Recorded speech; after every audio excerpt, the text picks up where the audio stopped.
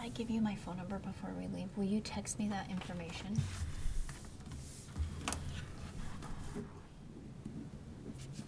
Actually, give me your email address. Okay. It's a little easier, that way I can kind of explain it. Okay. It's a cool hike. It's really cool. We do it.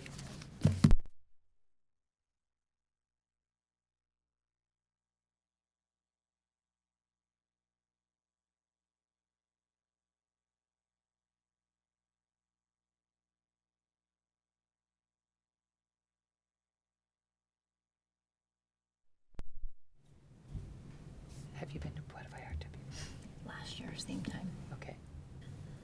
Good time to go. Yeah. Good evening. I'd like to call the Parks and Recreation Commission meeting for November 24th, 2020 to order. Please join us in a Pledge of Allegiance. I pledge allegiance to the flag of the United States of America and to the republic for which it stands, one nation, under God, indivisible, with liberty and justice for all.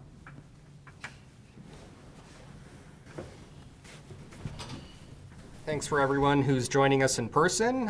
Please remember to turn off your cell phone or silence it. And everyone joining virtually, welcome.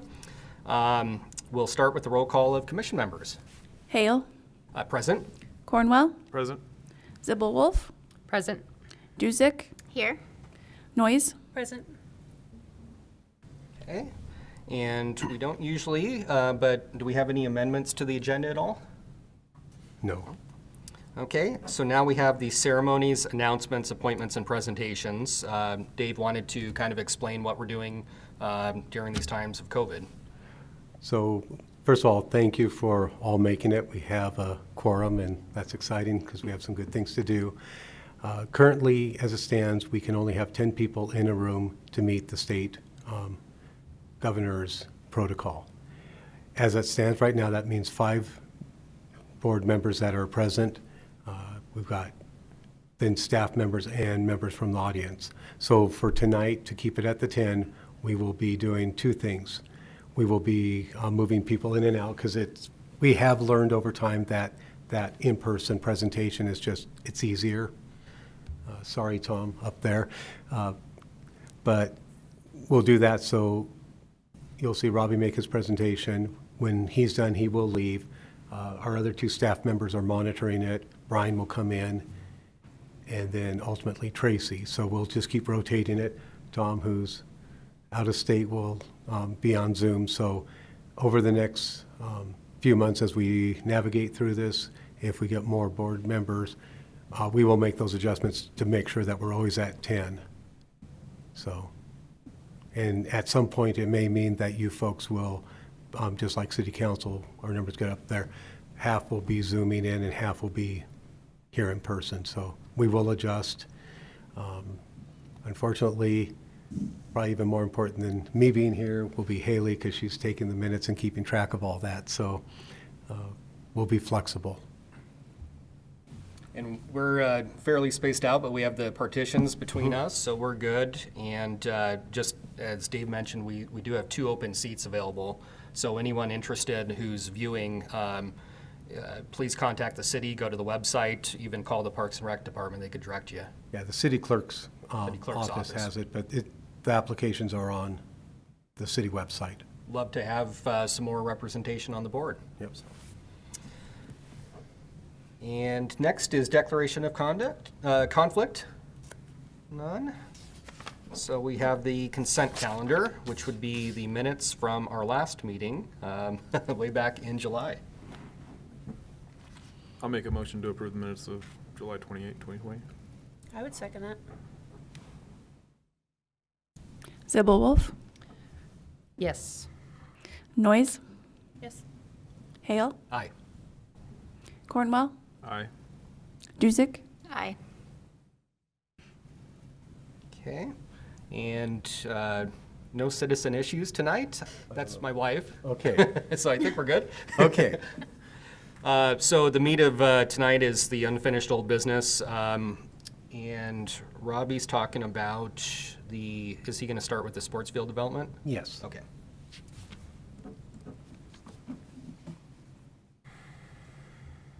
Good evening, members of the Park and Rec Commission. Robbie Quinn, Parks Planner, and I'm here to talk a little bit about the Tullamore Sports Complex and the budget and kind of timelines for development. Obviously, it's been a little while since you've seen this, so I thought I'd just quickly go over some background again on the project. Tullamore Sports Complex, about 25-acre site. It was master planned to include 5 youth baseball, softball fields, 4 multi-purpose fields, 2 parking lots, some sports courts, and a couple shelter and concession areas. Phase 1 of the master plan was going to be initially 3 of the baseball fields, the southern parking lot, and the road frontage improvements along Cecil and Prairie. And so the master plan was adopted by the commission on July 28th. It was then presented to council for adoption on August 4th. Council did not adopt it on the 4th, and they directed staff to come back with a plan for financing the project and kind of a timeline. And so then we presented that on September 15th, and it was adopted at that point. And so I'm going to kind of go over what I presented to council as far as the timeline and the budget. So to review some of the estimates that were in the master plan, it was about $10.5 million, and then you add the architecture, engineering, general conditions, permitting, contingency. The total budget for the entire project was about $14.4 million. And of that, phase 1 budget was about $7 million. And that's primarily because a lot of the entire site grading, the road frontage improvements, the utilities for the site, all kind of goes into phase 1. And so there's a bulk of some pretty expensive items that go into phase 1. And so just a couple assumptions based on the timelines that I put together.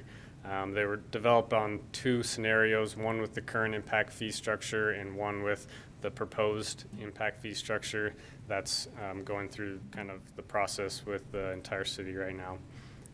We utilized 30% of the yearly impact fee revenues. Obviously, we're still going to be having to develop other parks and acquire land, so that's why we only choose to use 30%. It's based on the conceptual budget numbers provided by MTLA, who is our consultant for the project.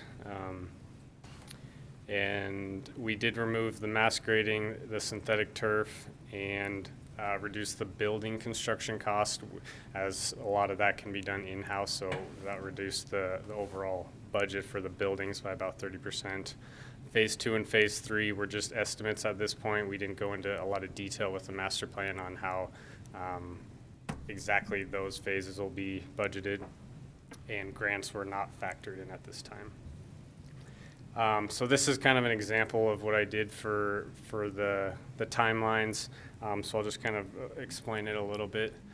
So I took our current impact fee balance, which at the time was about 3.6 million, and then looked at what we're projecting to spend in this current fiscal year, which was about 2.8, and so that left about 700,000 available funds essentially.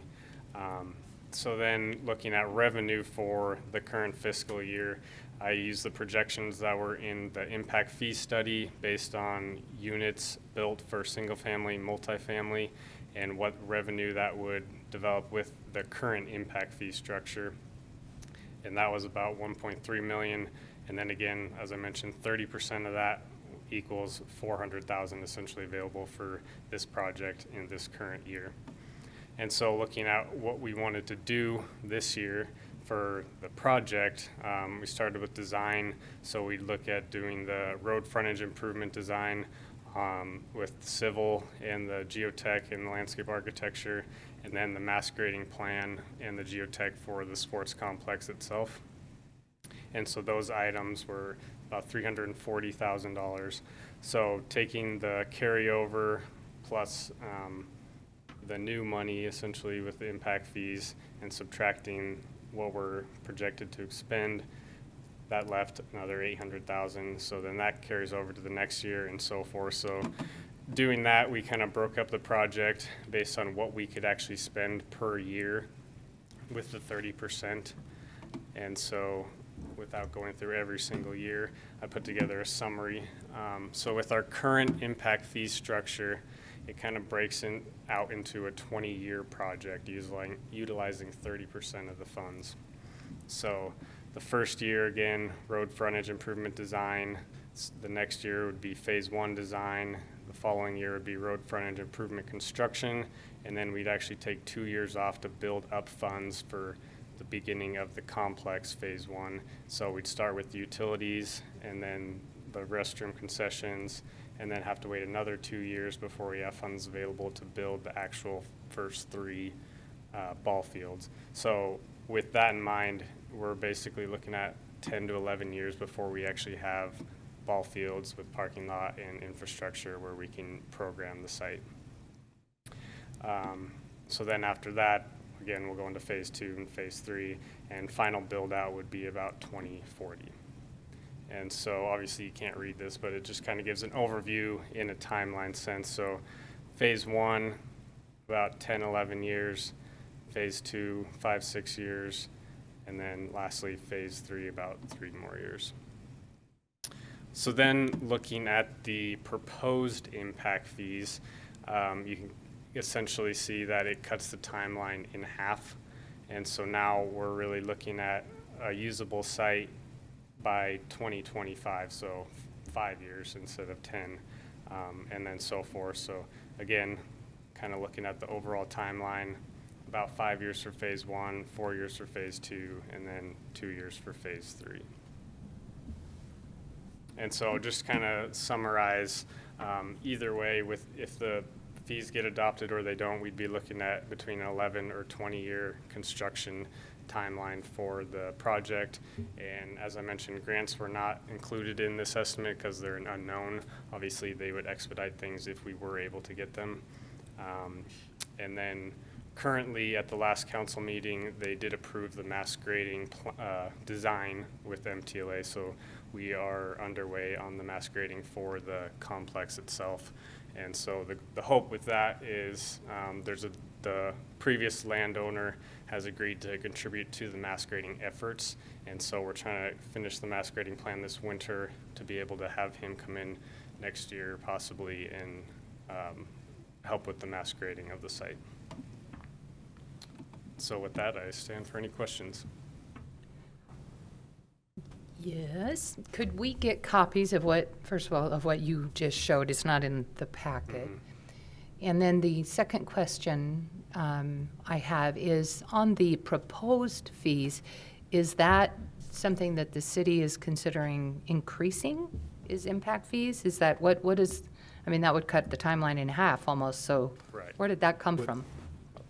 I'll go ahead and answer that. So our impact fees were last updated in the start of 2012. And that's the ones that we're living off of right now.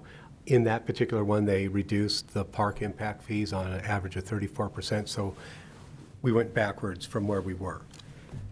About every 5 years is when you're supposed to update those.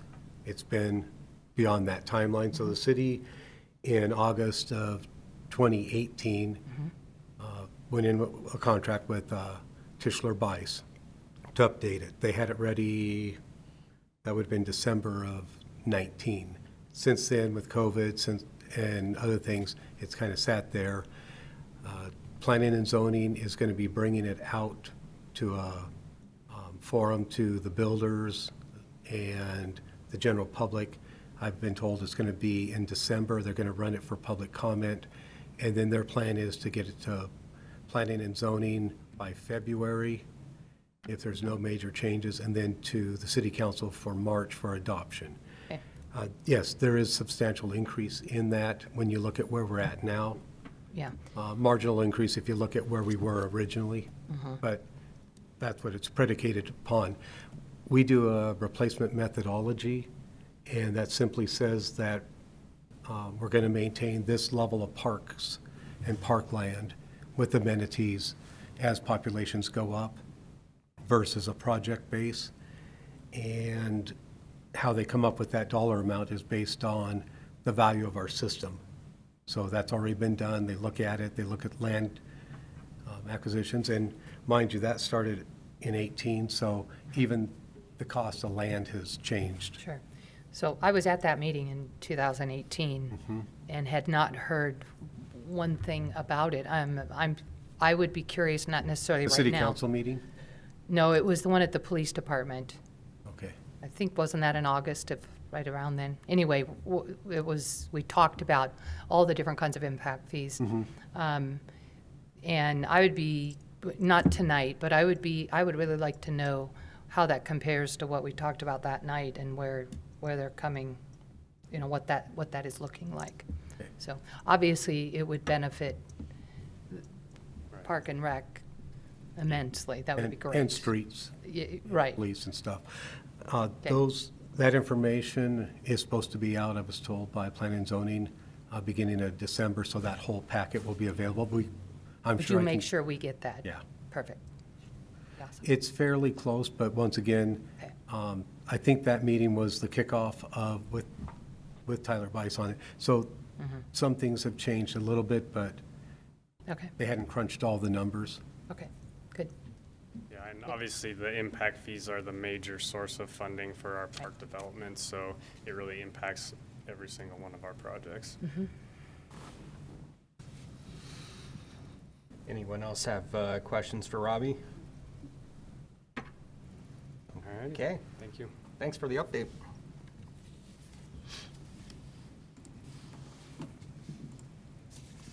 So next on the agenda, I assume it's Tom from Greenplay?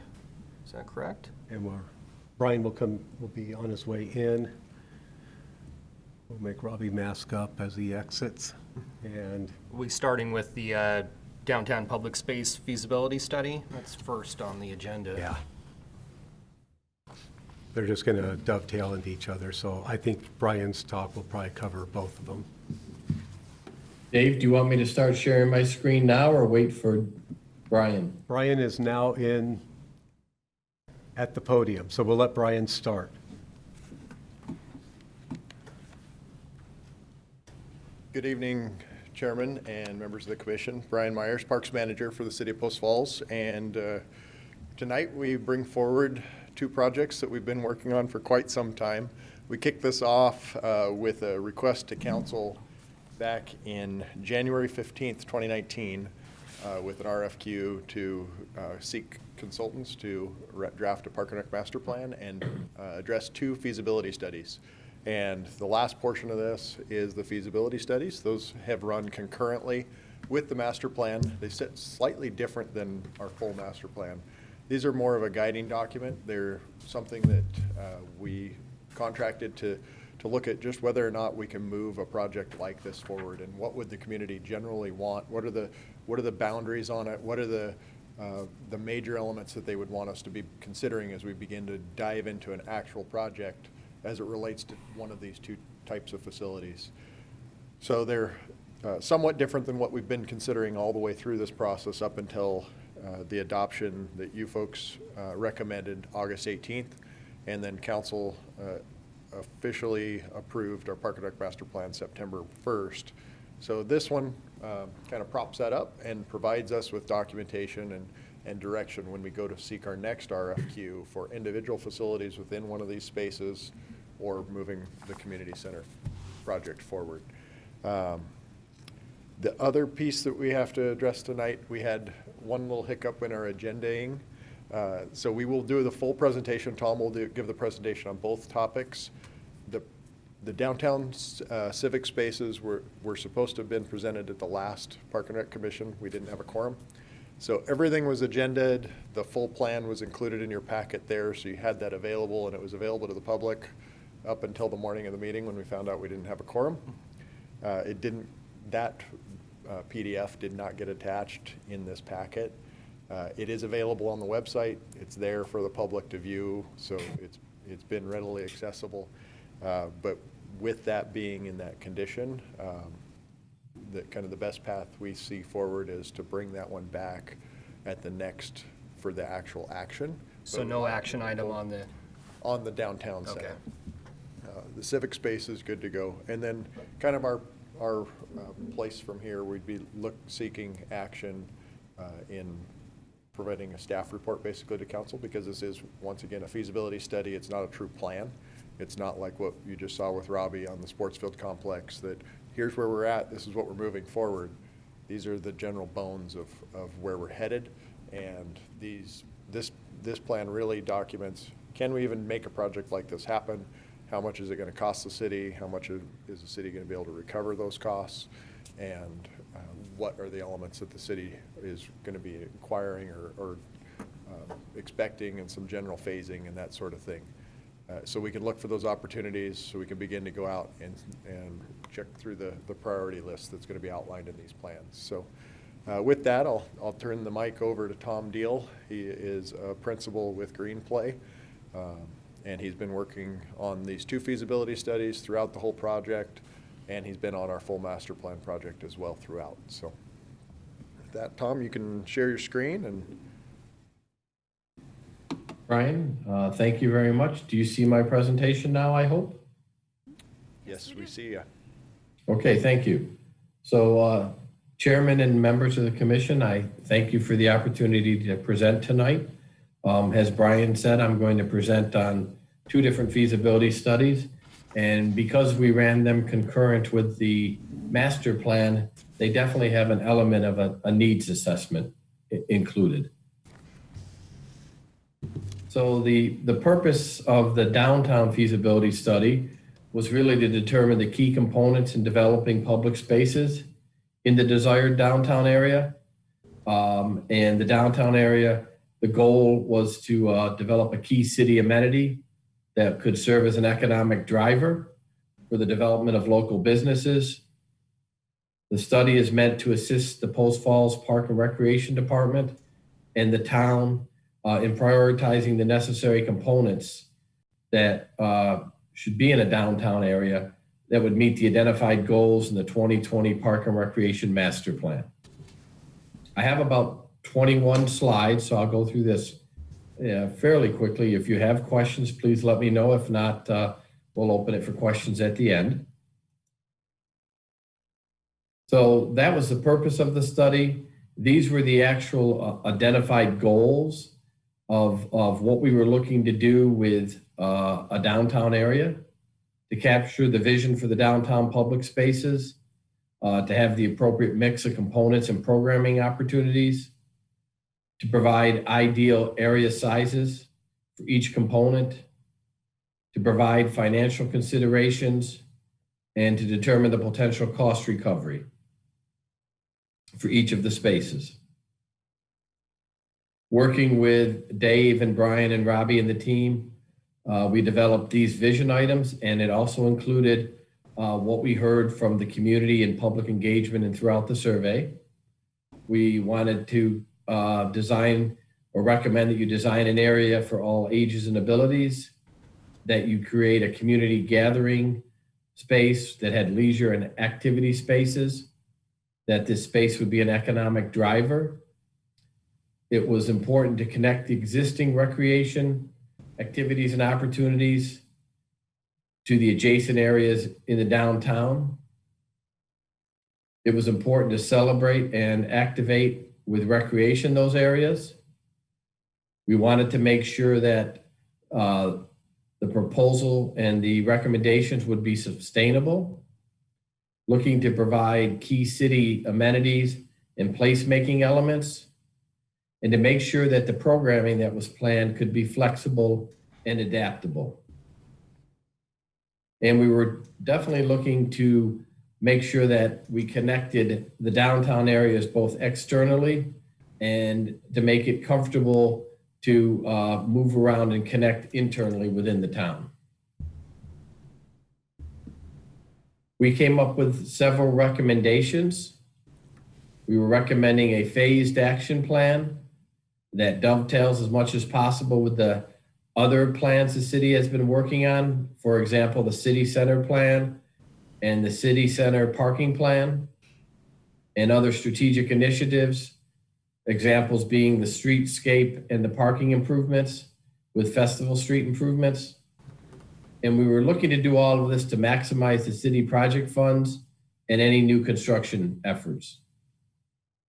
We would recommend that the city form the necessary steering committees and boards to oversee the funding initiative, the land acquisition, and the design review, which would be some of the next steps. As part of the future strategic visioning, we're looking to recommend that you identify land parcels the city could acquire to fulfill the downtown master plan. We're recommending that you develop a rating criteria for prioritizing. And we've provided the city with a matrix and a methodology to do those types of ratings. And finally, you would want to determine the dollar value for each component needed for acquisition, as far as that recommendation goes. We also would recommend that the city identify private and public funding sources that would need to be used to pursue obtaining the additional land. And we're recommending that you develop a schedule of tasks for securing the necessary funding. And we've given you some of that outlined in the report. And most importantly is to get community consensus, involvement, and ownership behind the development, fundraising, and the need for the long-term maintenance requirements in the goals of this study. Here I'm showing an example from one of our public engagements. It was a dot board that we used, that we gave, and we did it right in the in City Hall there. It gave the community opportunities to more or less vote or indicate their interest or their enthusiasm in different types of public spaces. And that was done prior to our developing our survey. That helped us develop the survey, and between that, the survey and our findings presentation, all of that confirmed the following type of activities were desired. You can see, there's community gatherings, dog and people socializing, ways to do special events, public art displays. People wanted to be able to enjoy the environment. It would have to include shopping and dining, potentially shows, concerts, and performances. Some of the activities might include water play. We were looking to involve tourists, recommending that you have festivals, farmers markets, truck rallies. And we were looking for a space that people could relax and kind of re-energize themselves. And it was very important for there to be a connection to the Greenway and the Green Belt. So with that, we developed a couple of areas here. Active gathering and core amenities is one of the areas. So and I'll show you some photos shortly of samples. We were looking to develop a space that would have outdoor events space, and you could have an amphitheater, interactive fountain space that could also be an event space when it wasn't being used as a fountain. We thought it would be important to have an iconic gateway or an identification space so that you knew you were at the downtown area. We thought an urban playscape would be important, public plaza and civic space, to have a nice common green space, Festival Street, which would be a place that you could have special events, public art, and landscape beautification. A second part of the downtown was a linear park. And in that area, we were looking again for some outdoor event space, green space that could just be open space. And when there was an event, it would be used for that purpose. Again, an urban playscape, enhanced and expanded trail system to bring people to the downtown area. A dog park, again, another iconic gateway or identification, more public garden and landscape beautification, and again, connected to the Greenway and the Green Belt. So while we didn't actually design the spaces, these are the spaces that we are recommending and we think are feasible. whoops, jumped ahead, sorry. So here are some photos that kind of give you the idea of these different spaces. In the top left, there's an outdoor event space or an amphitheater that if it wasn't being used as a special event, that would be nice green space that people could picnic on, play Frisbee, do all kinds of different things, just relax. There's an interactive fountain and event space as the middle top picture. And again, if the fountain wasn't being used with water, it could be an event space. The top right is a public plaza or a civic space that could just be an informal gathering, or it could serve as a function for special events. The middle row, the far left, is a common green space. Again, it could be just open space or it could be special events. The middle picture is showing a festival street where you could actually take and close down a street and turn it into a street fair or a festival. We're recommending some form of urban playscape. That's on the right. And down in the bottom left, it's showing you how we would recommend you possibly enhance and expand your trail system so that people would be brought right in and down and through the downtown area. And on the right, you can see a dog park, a photo of that, and you can see it's more than just a fence where there's dogs. We would recommend that you have elements for both the dogs and the owners. So we gave you some recommendations as to what we thought were the appropriate square footage for each one of these areas. And that would be more formalized in a future design study. But you can see we've identified each one of the spaces that we both showed pictures for, and all of these spaces would allow those activities that people identified as high priorities to occur. These are the spaces for the active gathering or the core amenity area, and we've done similar for the linear park. We identified, or people during the public engagement and our own consulting team identified key areas that could possibly be considered for the downtown area, all of the blue dots. And from that, we put together, working with BWA, our landscape architects, we developed a conceptual plan that shows you where there could be some public-private opportunities, some active gathering, and a linear park, and how they could all be connected through your trail network. We did a market analysis, and we're confident that a development like what we're recommending would be an economic driver for the city. It would be a key amenity, and it would be a placemaking element. The way that we had conceptually looked at that, it would be programmable both as public open space and informal public space. So it would maximize the usage. The space could accommodate rentals and ticketed events, and we believe it would bring people downtown repeatedly. When we looked at the financial considerations, some of the key elements of a successful development and an activation of a vibrant downtown area would include making sure there's community engagement and involvement in the design, community engagement and involvement in the actual programming and operations.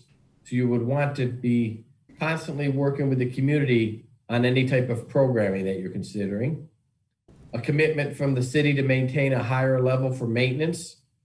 You would want public-private partnerships, and you would want to make sure that it's flexible and it has multi-use design. That helps reduce the footprint and increases cost effectiveness. And there'd be many opportunities for revenue generation. So one of the things that you would want to look at would be the maintenance and operation costs that would need to be considered. So we identified all of these tasks or operations for the active gathering area at the top in the linear park. And we have a very detailed spreadsheet that we use, that we look at the number of square footage, or the square footage of each area, or the number of anticipated amenities, and what it would take to maintain those. And this is a preliminary projection based on what we think could occur. And you could see that the city could potentially recover as much as 65% of the operation and the maintenance from a feasibility standpoint.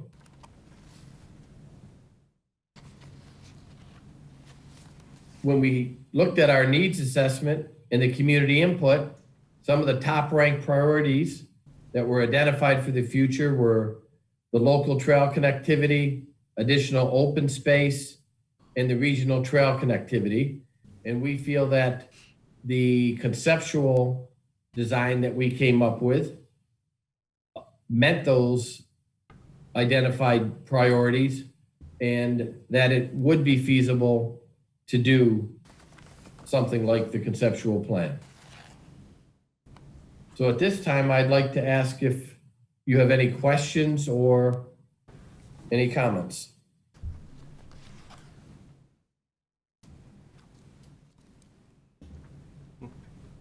No questions? This time, no? No? I don't think so, Tom. Okay. Dave, they do have access to the full written report, or they will, is that correct?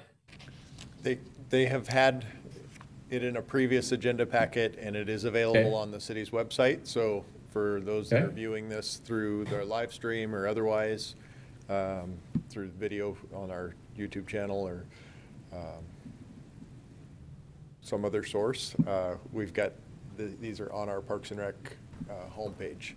So- But for the Park and Rec Commission, Haley will be sending out copies of both. Okay. Perfect. Would you like me to move to the community center presentation? Yes. Okay, I'm just going to unshare my screen while I cue that up. Be just 1 second.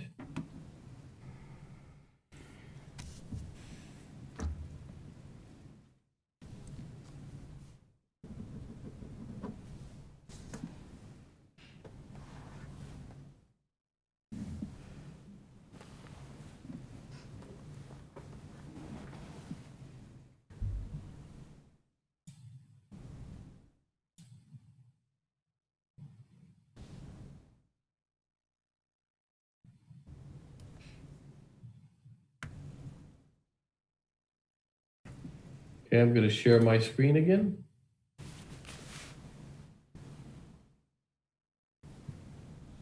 Hopefully you're seeing the community center feasibility study. Yes, we are. Okay. Again, we have about 22 slides, and I'll do the same thing. And if you have any questions, please stop me. If not, I'll open that up at the end. So this is a community center feasibility study. There are many considerations to be made in the development and activation of a community center. As a planning document, a feasibility study does not have design absolutes. So these were all conceptual. The actual designs and specific amenities and their sizes come later in the process as the project moves to the actual design phase. So everything here is going to be conceptual. The purpose of the study was to look at the appropriate mix of programs and amenities for a new proposed community center, to determine a projected range of construction costs associated with the building of the center, and to determine the potential cost recovery, and summarize the cost of operating the center. The study also explores, or could explore, potential phasing options. The study is meant to assist the City of Post Falls and the Parks and Recreation Department in determining the necessary building elements to meet the expectations of the community, support current and growth related programs that were identified in the master plan. Again, we developed a community center vision with the project team, and we were looking to give you a conceptual plan and a feasibility study of something that would be designed for all ages and abilities, so inclusivity, that it would be a community destination, that it would be affordable, family-focused, provide an opportunity to explore recreation and wellness, be sustainable, and have expansion potential and phasing options. So we came up with a series of recommendations. We would create a phased action plan. The plan should be considered as much as possible, along with other relevant planning documents similar to the downtown. Tie this into the city center plan, the city center parking plan, and the downtown area feasibility study, the 2020 master plan, and the city comprehensive plan. All of those should be considered and done in at the same, looked at as a whole. We would again recommend that you establish a necessary steering committee and boards. These groups should be assembled to oversee again the funding, the initiative, the land acquisition, and the design review. Similarly, we're recommending that you engage the community to distill the strategic vision for the community center, to increase involvement, build consensus, and create a sense of ownership. We would recommend that you continue to work on the conceptual plan and you do what we call vision testing. That would involve the community. It might inform if there were the need for phasing options as you look to fulfill the community center plan and leverage potential funding. We're recommending again that you develop a rating criteria, and we've provided you with a matrix that helps you to be able to do that. It would help you determine the actual facility elements that should be included and help with determining the true cost of construction and operations. Regarding land acquisition, as part of the future strategic visioning, we would recommend that the city identifies land parcels and looks to develop or use the rating criteria that we've developed to prioritize which would be the best choice for the land and to acquire the land parcels when available. Again, there may be a need for establishing phasing strategies. So we would recommend that you take these conceptual plans to the next steps and determine if there are a need for phasing options. If there were any phasing necessary, we'd recommend that you look at what would be the best way to do that and still fulfill the community center plan. And again, we provided you with a matrix that could help you with prioritizing and rating those things. And we recommend that you identify your funding sources and develop a timeline to identify public and private funding. And I'll show you that we have a ballpark timeline of how long a project like this potentially could take. It's not absolute, but it is what our experience tells us. So from all of the staff engagement, the public engagement, the focus group stakeholder meetings, and the needs assessment survey, we had identified the programs that the community desired. And there are quite a few of them. There's 2 slides worth. I'll give you a moment to take a look at them rather than read all of them.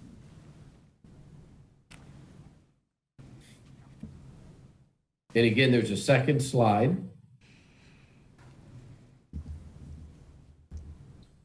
We came up with a very comprehensive list. We have meeting spaces and fitness spaces and activity spaces and classroom spaces. Some newer trends like esports are included, gathering spaces, childcare, indoor playground. The second slide shows some other unique spaces, a climbing wall, a maker space possibly, gymnasium, a suspended track was very popular, aquatics, possibly indoor turf or a field house. So we took all of these identified programs and we developed what would be the major building elements that might be needed to meet those type of things at a community center. So I'm showing you what could potentially be a first floor and the potential building or the building essentials on the first floor. You can see they're color coded. Top left, there's some community spaces.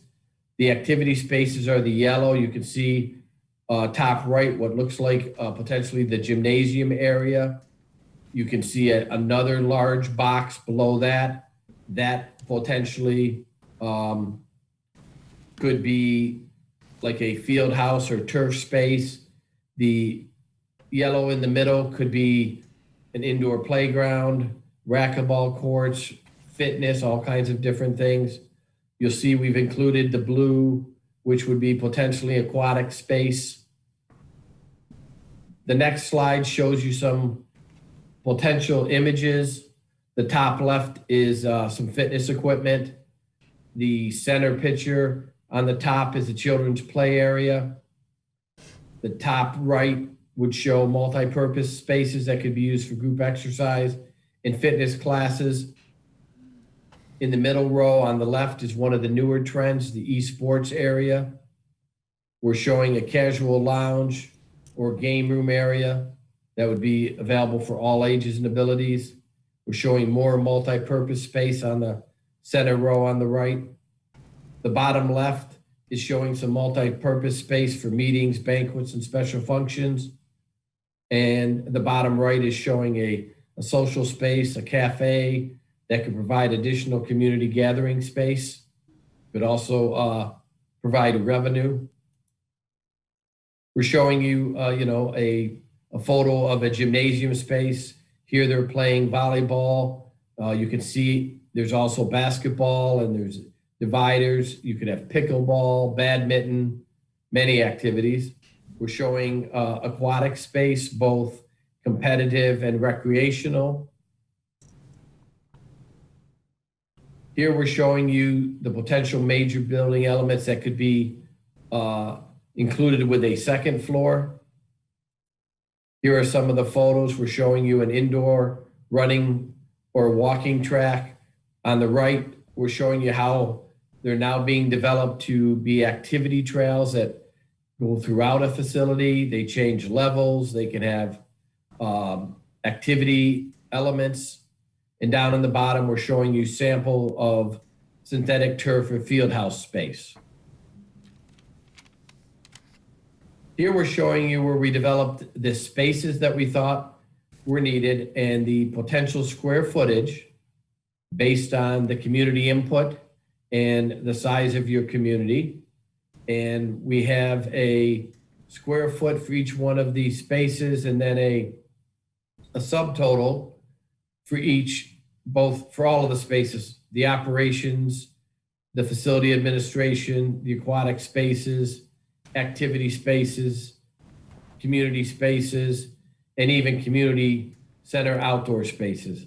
And we've identified that the potential total square footage of the activity spaces included the spaces necessary for mechanical and circulation.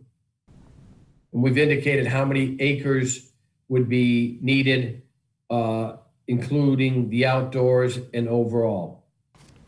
So here, we're showing you from a conceptual standpoint, just how the potential size of a community center and where it might fit in the community. This is not identifying a specific space that has been recommended or chosen or anything like that.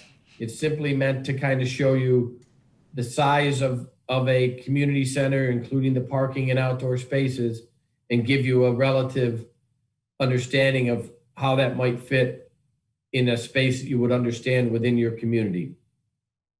So we've shown that. When we looked at our site analysis, we've identified many potential sites or areas that were identified throughout the study by feedback from the community as being potentially a good location, or feedback from staff from our GRASP analysis and things like that. But again, no space has been identified or chosen or anything like that. We took all of the information and we did a very detailed projection for our maintenance and operations. And until the actual design would truly be designed, we can't promise that this is accurate. But based on the conceptual design, we believe that a facility could be operated if all of those elements were built with a cost recovery of 136%. So you could theoretically actually bring in more revenue than your expenses based on the conceptual design that we've included. When we looked at the potential costs, because we really did not know if those square footage would be what would be decided upon, what we did instead is we gave you a square footage for each one of the building elements, so that as the city is moving forward and starts to manipulate the program plan and the spaces, you could get an estimate of what the project might cost. And we did include all the different spaces, but we do not include at this time soft costs or architectural and engineering fees and things like that. Here's the decision matrix I've talked about a few times. As you can see down along the left, we identify many different things that we think are key issues or components. So you could look at location and access, site suitability and synergy, the building site plan, circulation and parking, and costs. And we can expand that to include other categories that are identified. And the way this would be used is different groups would get together and score these different issues or opportunities.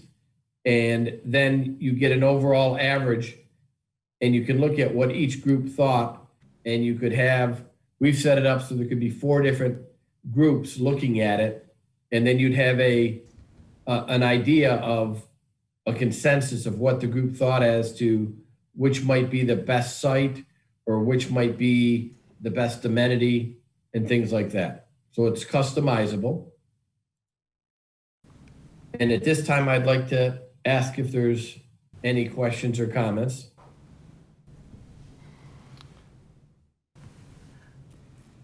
No questions for Tom? Yeah, yes, I do. Oh, Dani.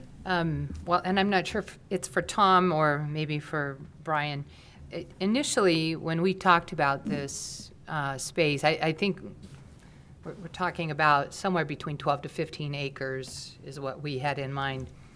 And the community center seemed like a smaller part of that piece of property, and that we were looking at adult ball fields, because when we passed the plan on Tullamore, I asked the very specific question, we're going to put adult ball fields at the other site, and the answer was yes then.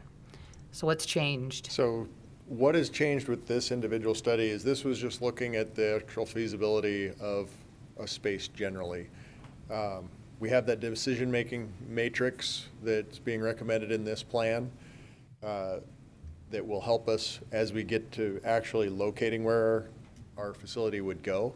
One of the options that is out there at the moment is the facility that you're making mention of, our long-term partnership with the Greenstone development in the Montrose development, where that MDA has a requirement for a civic facility as well as a public park.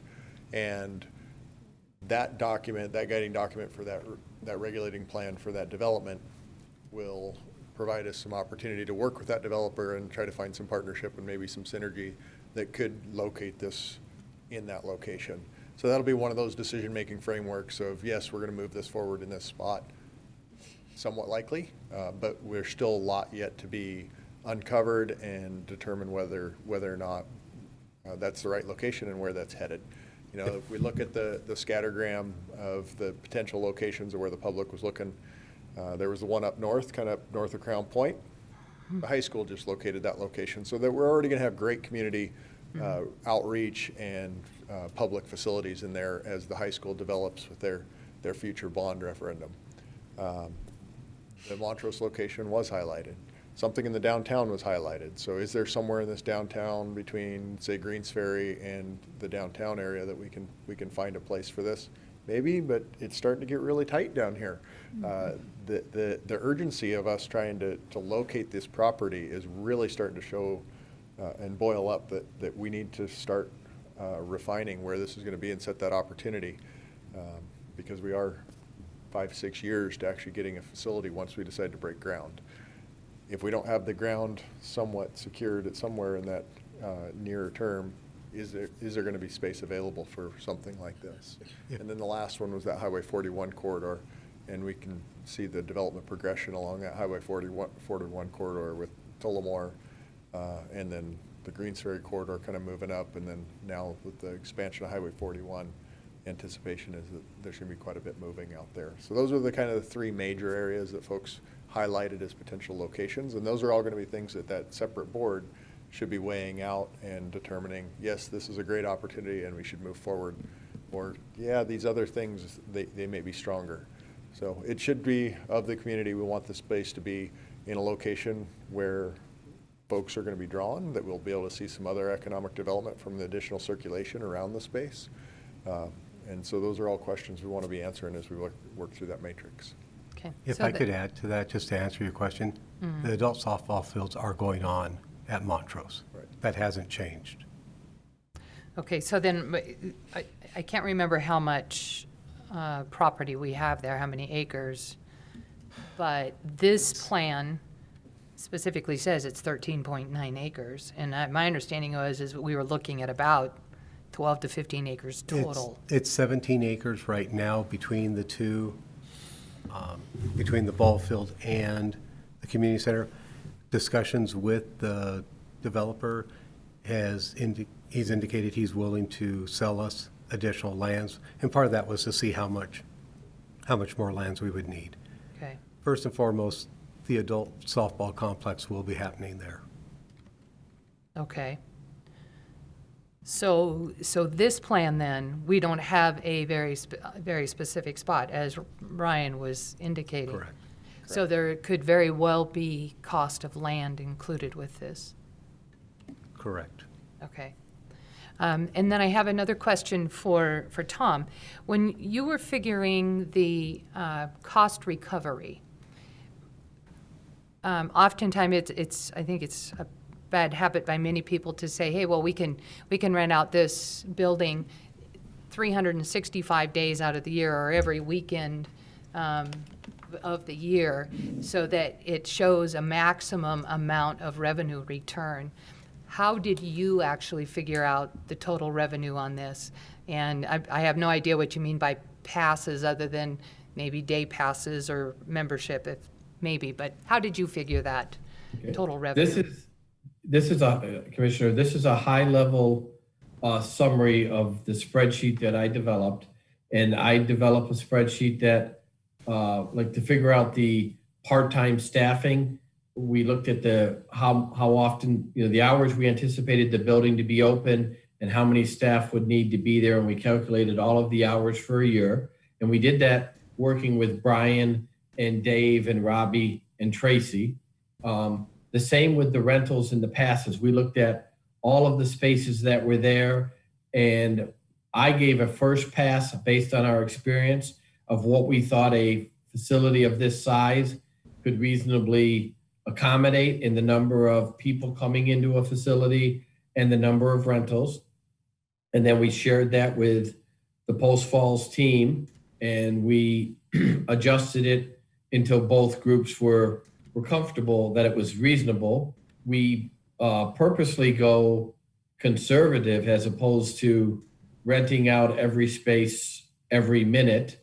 So the number of passes, I can, depending on how much time you have and what Dave and Brian and Robbie want to do, I could pull my spreadsheet up and show you more. But we actually get very detailed with we look at the number of potential days that the facility is open and the number of people that we think would purchase a pass in the community, both like an annual pass, a family pass, and then individual day passes.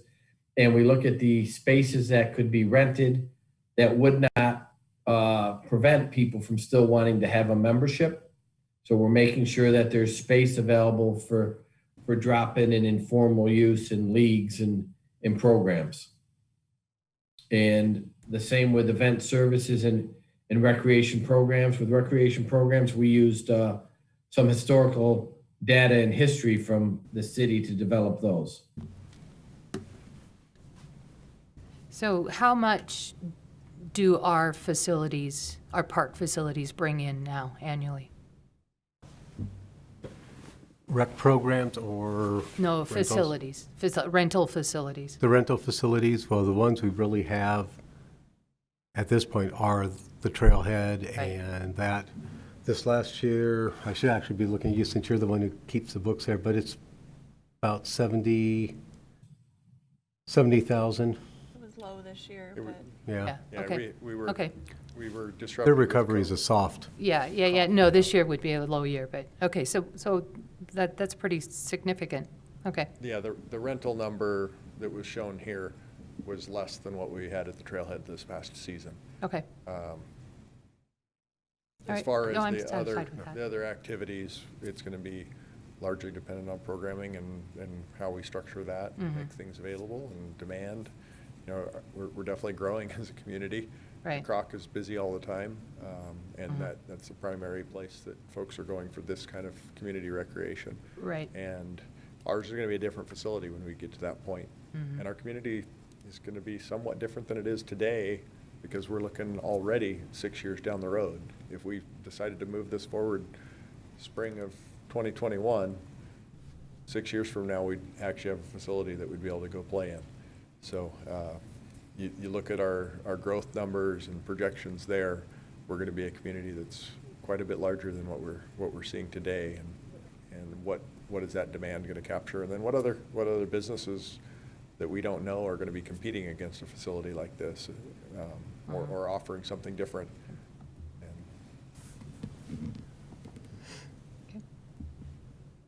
Any other questions on the community center? And this is just, you're asking for potential action tonight, and this is just on a study, not on plans or anything, obviously. This is so preliminary. Correct. We actually, with the downtown space coming back for you guys' acceptance, we're really not approving, we're accepting the study in January. I personally feel it'd be cleanest is to have both of these come back in that January time.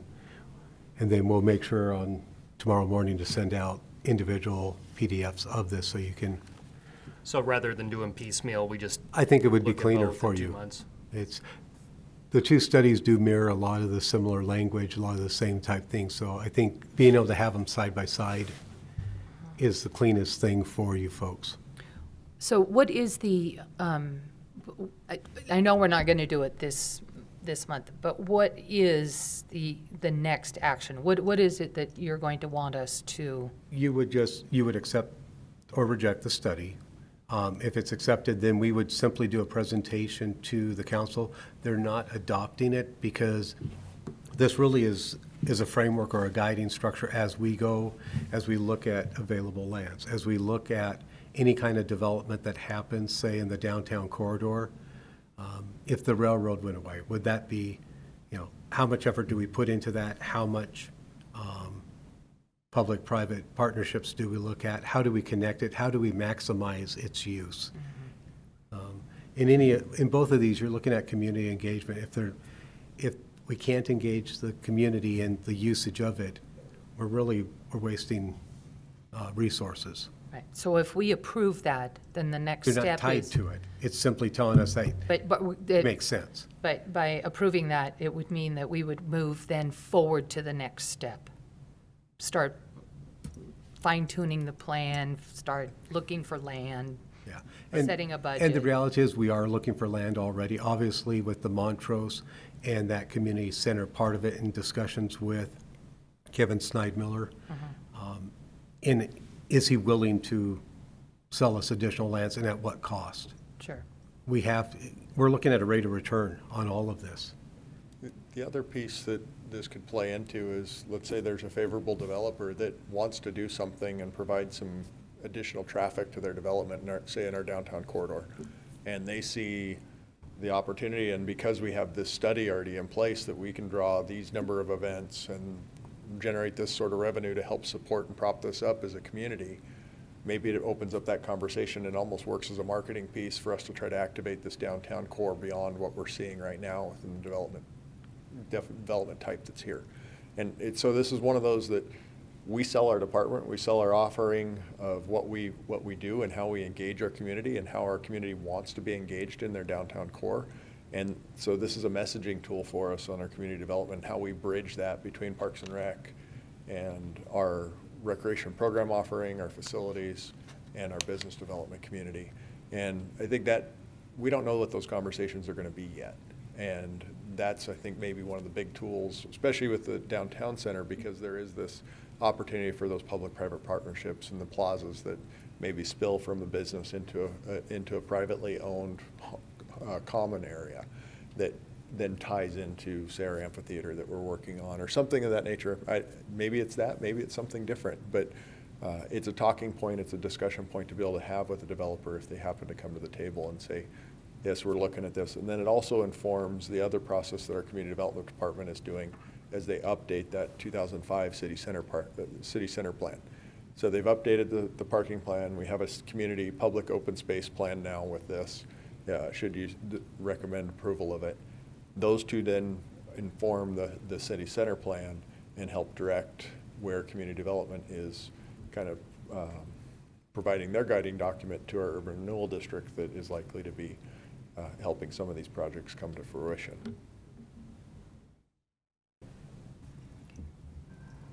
Any other questions for Tom or Dave or Brian regarding either of these? So is everyone in favor of just tabling this for 2 months till the January meeting? We just take no action?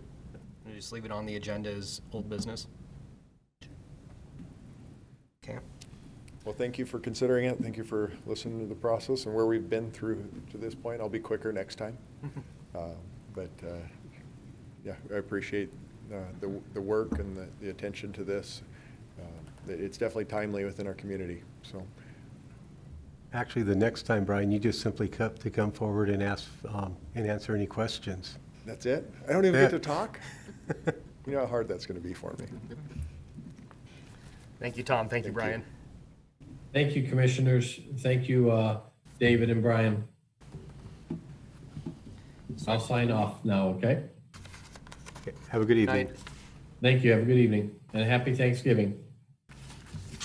I believe that's all for our old business. We'll revisit some of these items in January, and we don't have anything on the agenda for new business for this month. So we'll move on to the administrative and staff reports, and I think that's Tracy.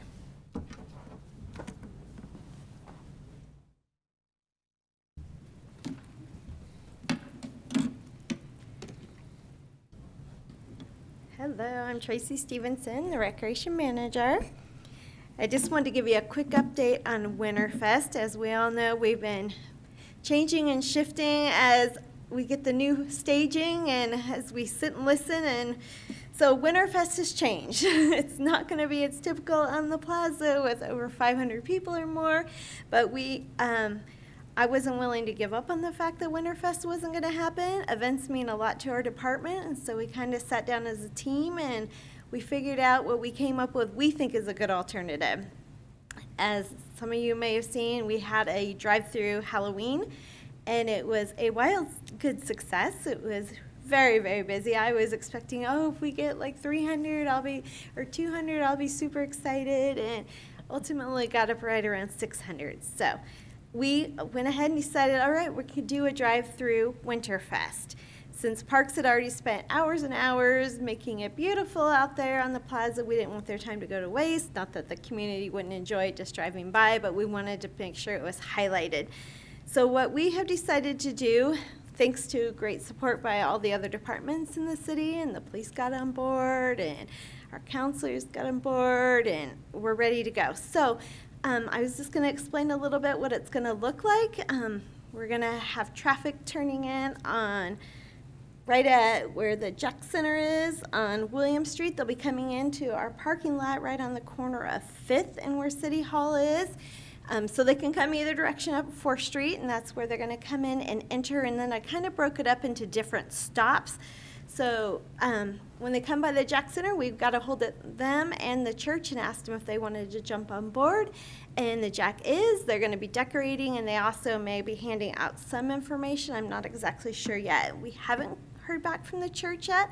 But then when they come into there, we're going to kind of welcome them and make it our maker's entrance. And so normally out on our plaza, they would have make and take crafts. But when they stop there and they let us know, hey, we have like 3 kids in the car, we are going to have little goodie bags that have make and take crafts.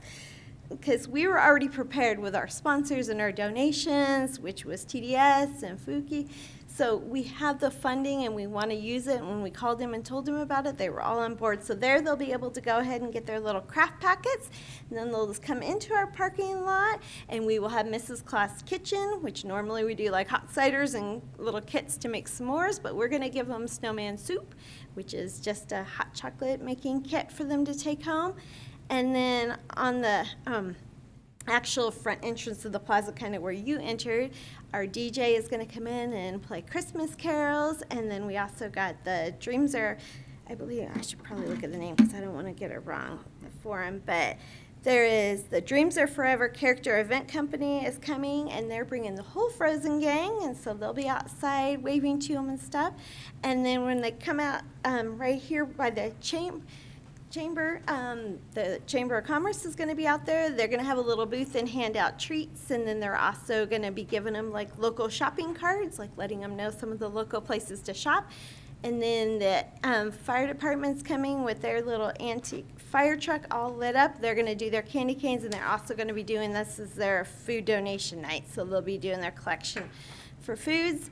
And then on the corner right here at this little grassy space, which I do have a whole map, I should have just brought it. But we don't have Elmo up, so I know, I should have have brought Brian it. just go grab one. Right here on the corner will be Santa and Mrs. Claus, and Haley, through asking your friends, has actually got us a sleigh. So Santa will be in a sleigh and Mrs. Claus, and they'll be waving to all the kids, and so that they get to see them. And then they'll turn out, the police department's going to have them help exit, take a right here, and they'll see our big community tree that's lit up, and we have a really cute banner for them.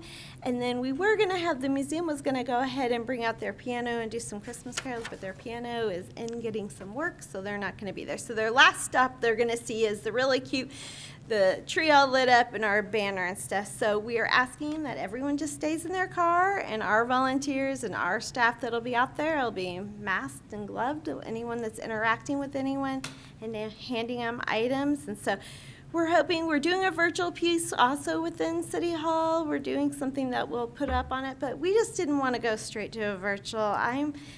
I love virtual, and I'm grateful for that piece, but we're people.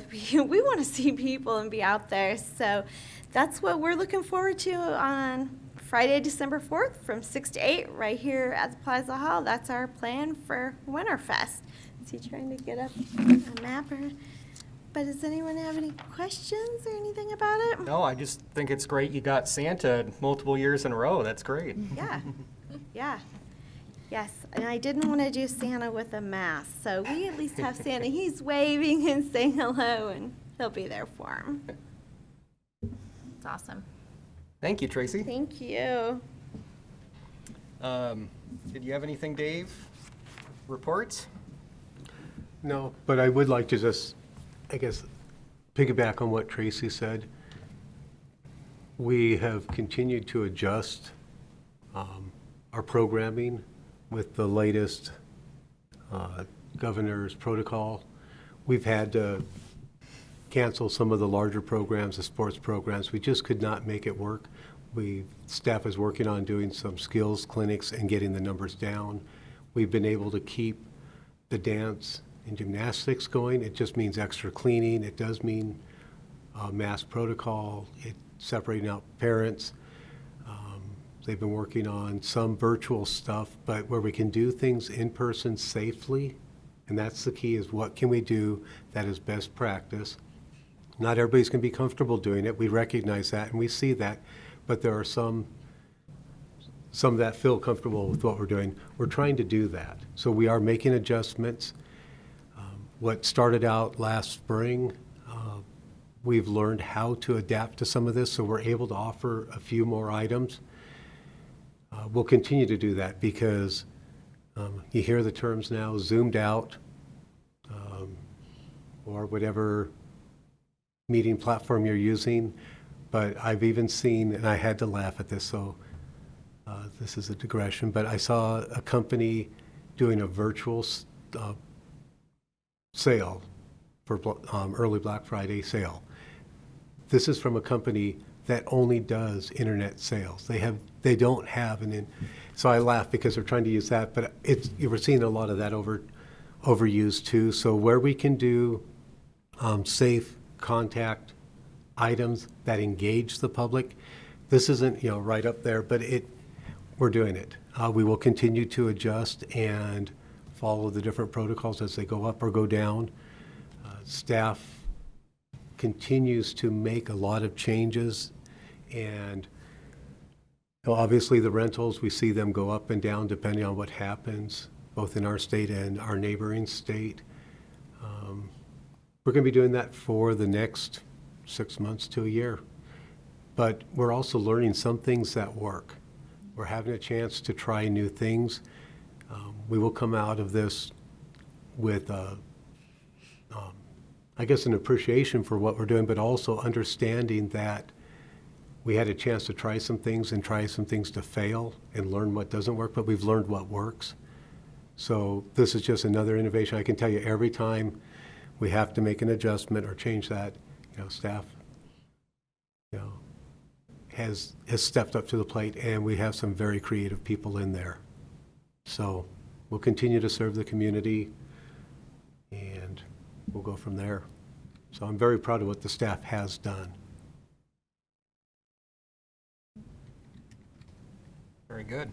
Any commission comments? I have a list. Yeah? I understand that we have a couple of staff members that have earned awards recently. We have 2 staff members that have earned awards, and we have a facility, yes. And did we, are you guys aware of that? No, but Could you tell us about that, please? We usually do the ceremonies, at the beginning. Right, where but we this has been several months award ago. people. I think we maybe missed it because Yeah, of the We missed did, meetings. with the stuff. So, let's see, Preston won the professional.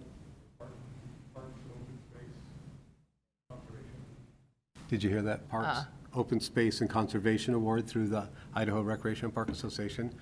Tracy got the Recreational Professional Award. And then Haley got the Staff Support Award. Good job. Congratulations. Yeah. These are all state awards. State awards. And then for innovative program was Downtown for a Day.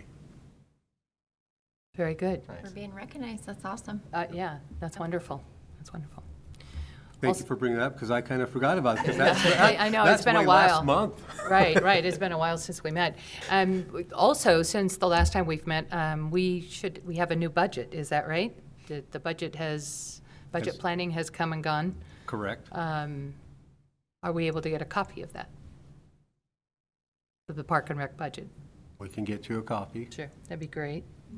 And I also know that there's a bunch of stuff going on at Pulse Falls Landings, the Avista project. Could we get, at our next meeting, get an updated report on what's going on with that? I know there's been quite a bit going on. A By big January, sigh we there. should have it Okay, dialed in a little bit better. okay. Even if not, whatever's happening would be great. And we already talked about the impact fees. I know we also bought some property out on the prairie, the railroad from Prairie is it Trail. 41 to east, isn't it? I can't remember the next. It's Meyer Road. Yeah, And so- then Cord Lane will pick up that. So. Yeah, if we could just get a report on that at our next meeting. We don't actually have it yet, but we have the mechanisms are in place.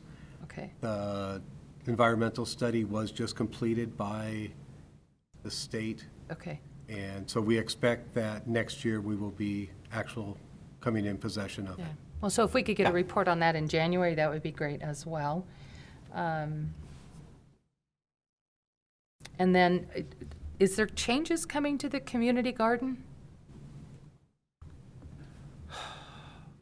And I believe there's been a few things happening with that, and if we could Does- get a report in January on that. Okay, I actually could give you a report right now at this point. Design of the parking lot is underway. Robbie's been spearheading that. We've entered into a MOU with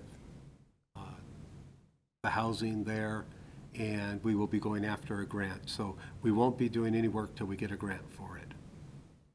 Okay, okay, but whatever. Yeah, you he know, can do an update of what it looks like and what was Yeah, solved. you know, what work you're looking to do, and obviously, the other thing that I've realized is that when recreation is doing programs, that I'm not sure about you guys, but I am not getting any emails. I know you're asking for volunteers occasionally, and I don't get those emails, and I would like to. And I don't know if the whole commission would like that or not, but that would be great if you would include us in those. Okay, Tracy will take care of that. yeah. I think that's all I have. Thank you. Yep. Any other comments or questions or anything? Happy Thanksgiving. If you're interested in serving on the commission here, check with the city clerk, and we will adjourn this meeting. Thank you.